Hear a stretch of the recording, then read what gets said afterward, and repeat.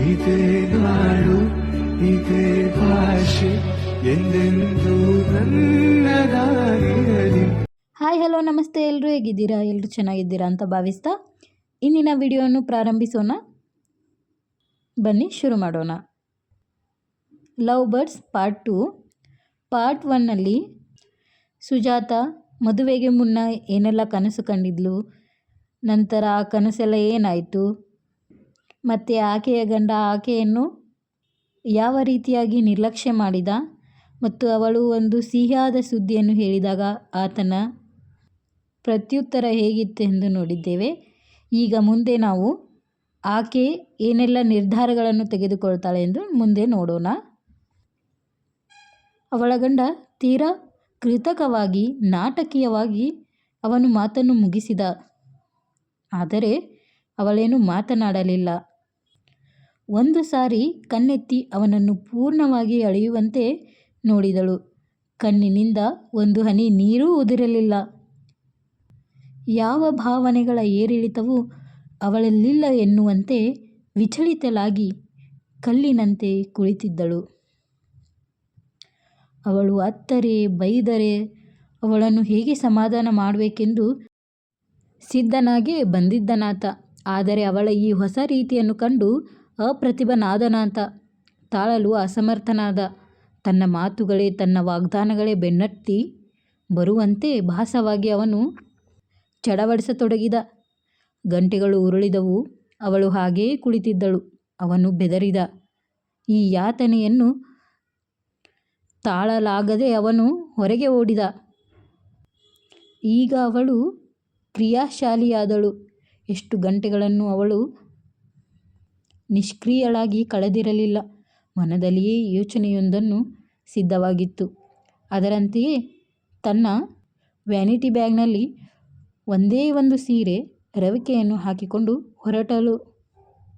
ಮೊದಲಾದರೆ ಪಕ್ಕದ ಮನೆಗೆ ಹೋಗಬೇಕಾದ್ರೆ ಮನೆಯ ಬಗ್ಗೆ ಎಷ್ಟೊಂದು ಎಚ್ಚರಿಕೆ ವಹಿಸುತ್ತಿದ್ದಳು.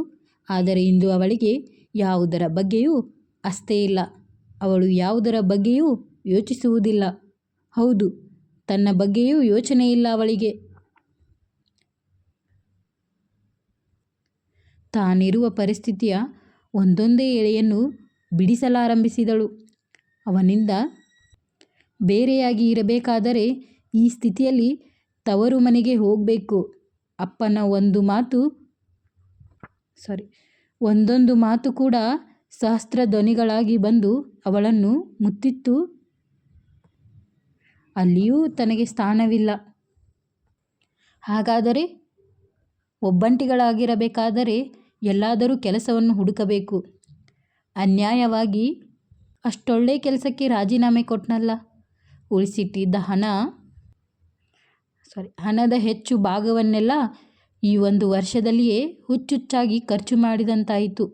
ಇನ್ನು ತಾನು ಗರ್ಭಿಣಿ ಎಂದಾದ ಮೇಲೆ ಕೆಲಸ ಸಿಗುವ ಸಂಭವವೂ ಕಡಿಮೆ. ಇಷ್ಟೆಲ್ಲವನ್ನು ಎದುರಿಸಿ ನಿಂತರೂ ನಗುವವರ ಮುಂದೆ ಎಡವಿದಂತೆ. ಎಲ್ಲರಿಗೂ ತಾನೊಂದು ವಿಷಯವಾಗಿ ಬಿಡುತ್ತೇನೆ. ನಗಲು, ಛೇಡಿಸಲು, ನಂಜುಕಾರಲು, ಸುತ್ತಲೂ ವಿಷದ ಹಲವಾರು ಕೆನ್ನಾಲಿಗೆಗಳು. ತಮಗೆ ಬೇಕಾದಂತೆ ಕಥೆಗಳನ್ನು ಹರಡಲು. ಇವುಗಳೆಲ್ಲವನ್ನು ಸಹಿಸಿ ತಾನು ಯಾರಿಗಾಗಿ ಬದುಕಬೇಕು? ಈಗ ಮಾತ್ರ ಅವಳ ಕಣ್ಣುಗಳಲ್ಲಿ ಪ್ರವಾಹವೇ ಹೊರಟಿತು. ಮೊದಲೇ ನಿಶ್ಶಕ್ತಿ, ಮಾನಸಿಕ ತೊಳಲಾಟ ಬೇರೆ. ಬದುಕಬಾರದು ಎಂದು ನಿರ್ಧರಿಸಿದರೆ ಸಾವೇ ಗತಿ. ಸಾವು ತನ್ನನ್ನು ತನ್ನ ನರನಾಡಿಗಳ ಆಳದಲ್ಲಿ ಬೇರು ಬಿಟ್ಟಿರುವ ಚೈತನ್ಯಕ್ಕೂ ಸಾವು ಇಲ್ಲ. ಅವಳು ಒಮ್ಮೆಲೇ ನಿರ್ಧರಿಸಿಬಿಟ್ಟಳು. ಸಾಯುವುದಿಲ್ಲ. ಹಾಗಾದರೆ ಇರುವುದೊಂದೇ ಮಾರ್ಗ. ಸಾಮಾಜಿಕ ಭದ್ರತೆಗಾಗಿ, ಅಪನಿಂದನೆ, ಅಗೌರವಗಳಿಗೆ ಗುರಿಯಾಗದಿರಲು, ಆರ್ಥಿಕ ಸೌಲಭ್ಯಕ್ಕಾಗಿ, ತನ್ನದೇ ಛಲಕ್ಕಾಗಿ ತಾನು ಬದುಕಬೇಕು. ಆದರೆ ತನ್ನ ಭಾವನೆಗಳು ಸಾಯಬೇಕು. ತನ್ನ ಸಂತೋಷ, ಚೈತನ್ಯ, ಹುಮ್ಮಸ್ಸು, ಬದುಕಿನ ಮೇಲೆ ಇರುವ ವ್ಯಾಮೋಹ ಇವೆಲ್ಲವೂ ಸಾಯಬೇಕು. ತಾನು ಅವನ ಮೇಲೆ ಎಷ್ಟೊಂದು ಅವಲಂಬಿಸಿದ್ದೇನೆ. ಸತ್ಯ ಅವಳಿಗೆ ಅರಿವಾದಾಗ ಅವಳು ಸ್ವಾರ್ಥಿಯಾಗಿ ಬಿಟ್ಟಳು. ತನ್ನ ಮಾತೃತ್ವದ ಸುಂದರ ಮೂರ್ತಿಯನ್ನು ನಾಶಗೊಳಿಸಬೇಕು.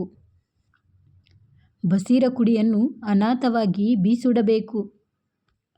ಅವನು ಊಟ ಉಪಚಾರ ಸಂಘ ಸುಖಗಳಿಗೆ ತನ್ನನ್ನು ಆಶ್ರಯಿಸಬೇಕು. ತಾನು ಒಂದು ನೆಲೆ ಭದ್ರತೆ ಗೌರವ ಮತ್ತು ಹಣ ಇವುಗಳಿಗಾಗಿ ಅವನನ್ನು ಆಶ್ರಯಿಸಬೇಕು. ಇಷ್ಟೇ ತಮ್ಮಿಬ್ಬರ ಸಂಬಂಧ, ಕೇವಲ ವ್ಯಾವಹಾರಿಕ. ಯಾವುದೇ ಭಾವನಾತ್ಮಕ ಅನುಬಂಧ ತಮಗಿಲ್ಲ. ತಮ್ಮಿಬ್ಬರ ಸಂಬಂಧಗಳ ಪದರಗಳನ್ನು ಬಿಡಿಸುತ್ತಾ ಹೋದಂತೆ ಬೆತ್ತಲೆಯಾದಂತೆನಿಸತೊಡಗಿತು. ಅವಳಿಗೆ ಅಸಹ್ಯ. ಲೋಕದ ನಗ್ನತೆಗೆ ನಾಗರಿಕ ಉಡುಪು ಆಭರಣ ವನವು ವಯ್ಯಾರಗಳೆಂದರೆ ಚಂದ. ಬದುಕು ಸಂಬಂಧಗಳು ಬೆತ್ತಲಾದರೆ ಅಸಹನೀಯ. ಜೀವನ ಯಾಂತ್ರಿಕವಾಗುತ್ತದೆ, ವ್ಯಾಪಾರವಾದಂತಾಗುತ್ತದೆ. ಅವಳ ಯೋಚನಾ ಲಹರಿ ಕಡಿವಾಣ ಬಿತ್ತು. ಅವಳು ತನ್ನ ಮುಂದಿನ ಗುರಿಯನ್ನು ನಿರ್ಧರಿಸಿ ಎದ್ದು ನಿಂತಳು. ಮೂರ್ಖಳಂತೆ ತಾನು ಈ ಸಂಕೋಲೆಗಳಿಂದ ತಪ್ಪಿಸಿಕೊಳ್ಳಲು ಓಡುವುದಿಲ್ಲ. ಹಾಗಾದಷ್ಟು ಹೆಚ್ಚಾಗಿ ತಾನು ಇವುಗಳಲ್ಲಿ ಸಿಲುಕಿಕೊಳ್ಳುತ್ತೇನೆ. ಹೇಡಿಯಂತೆ ಬದುಕಿಗೆ ಬೆನ್ನು ತೋರುವುದಿಲ್ಲ. ಅವನು ಬರುವುದಕ್ಕೆ ಮೊದಲೇ ನರ್ಸಿಂಗ್ ಹೋಮ್ನಲ್ಲಿ ದಾಖಲಾಗಬೇಕು. ಅವಳು ಒಮ್ಮೆಲೆ ಎದ್ದು ನಿಂತುಕೊಂಡಾಗ ತಲೆ ದಿಮ್ಮೆಂದಿತು. ಕಣ್ಣು ಕತ್ತಲಿಕ್ಕಿತ್ತು.